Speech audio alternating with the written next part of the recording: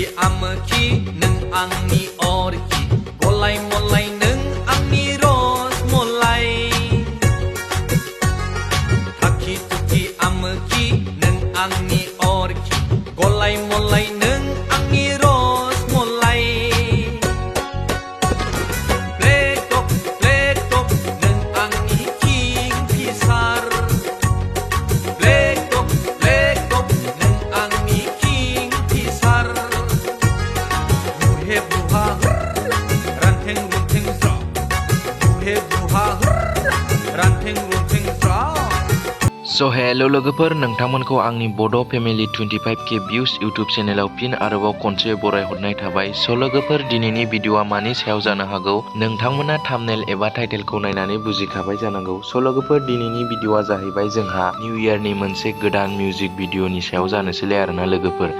दा बावैथ' फुरा new इयारनि music video गोदान फैनो थांगासिनो दंखायो, मानोना निउ इयारा जानोसैयानो। बे फैनो गोनां आपकामिं निउ इयारनि मिउजिक भिडिअनि मुङा जाहैबाय ताकि तुकि आमोखि दै लोगोफोर। जोंहा बे मिउजिक एबा मेथाइखौ खनदों बयजोंबो मोनथिजाखानाय फेस्ला मेथाइ रोजाबगिरि जांगिला बसुमतारिया दै लोगोफोर। नोंथांमोनाथ' बयबो सिनायजोबखायो जानांगौ जांगिला बसुमतारिखौ।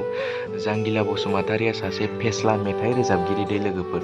स' लोगोफोर, जोंहा आरो बे ताकि तुकि आमोखि मेथाइ एबा मिउजिक भिडिअखौ प्रडिउस खालामगोन गयारि प्रडाक्सनाव दै लोगोफोर। स' लोगोफोर, बे मिउजिक भिडिअखौ दा बावैनो नुनो थांगासिनो दं, बारा गोबाव सम गैला। स' लोगोफोर, आं नोंथांमोननो बे जांगिला बसुमतारिनि मिउजिक एबा मेथाइखौ ससे क्लिप होना होनि, नोंथांमोना नायलांदो।